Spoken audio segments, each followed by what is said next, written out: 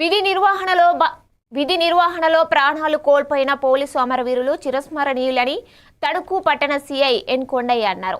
Police అమరవీరుల సంస్మరణ దినోత్సవాన్ని పురస్కరించుకుని మంగళవారం తణుకు నరేంద్ర సెంటర్లో ఏర్పాటు చేసిన కార్యక్రమంలో ఆయన పాల్గొన్నారు. తొలుత తణుకు సర్కిల్ పరిధిలోని పోలీసు అధికారులు, సిబ్బంది ర్యాలీ నిర్వహించారు.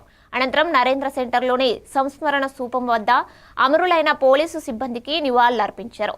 సీఐ కొండయ్య మాట్లాడుతూ దేశ భద్రత కోసం ప్రాణాలు అర్పించిన పోలీసుల త్యాగాలను ప్రతి ఒక్కరూ స్మరించుకోవాలని కోరారు.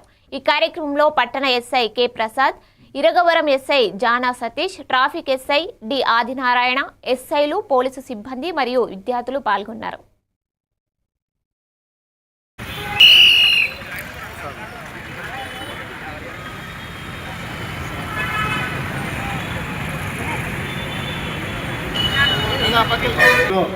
ఎందరో త్యాగవీరులు విధి నిర్వహణలో వారి యొక్క ప్రాణాలని పణంగా పెట్టి మన దేశ రక్షణ, అలాగే మన ప్రాణాలను రక్షించడానికి ఎందరో మహానుభావులు వాళ్ళు యొక్క ప్రాణాలను సైతం లెక్కచేయక విధి నిర్వహణలో మరణించడం జరిగింది.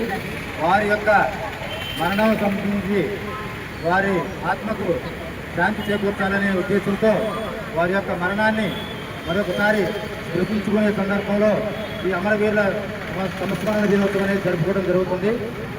ప్రతి ఒక్కరూ కూడా భారతదేశానికి, అలాగే రక్షణ రంగ వ్యవస్థలోనైతేనేమి, పోలీసు వ్యవస్థలోనైతేనేమి చాలామంది పోలీసులు తమ విధి నిర్వహణలో ఎంతోమంది ప్రాణాలు కోల్పోవడం జరిగింది.